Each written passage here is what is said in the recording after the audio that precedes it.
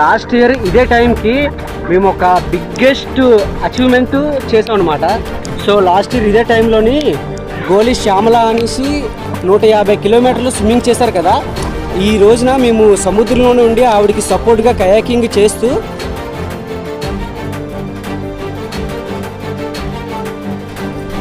So ఆవిడ ఒక రికార్డ్ని సాధించారు.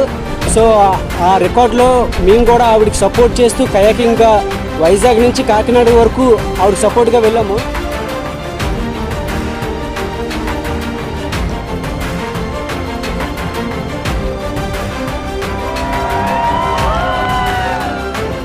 సో ఈరోజు ఆవిడ ఒక పెద్ద రికార్డ్ చేసినందుకు మేము కూడా గర్వంగా చెప్పుకోగలుగుతున్నాం. సో దాంట్లో మా సపోర్ట్ కూడా ఉన్నందుకు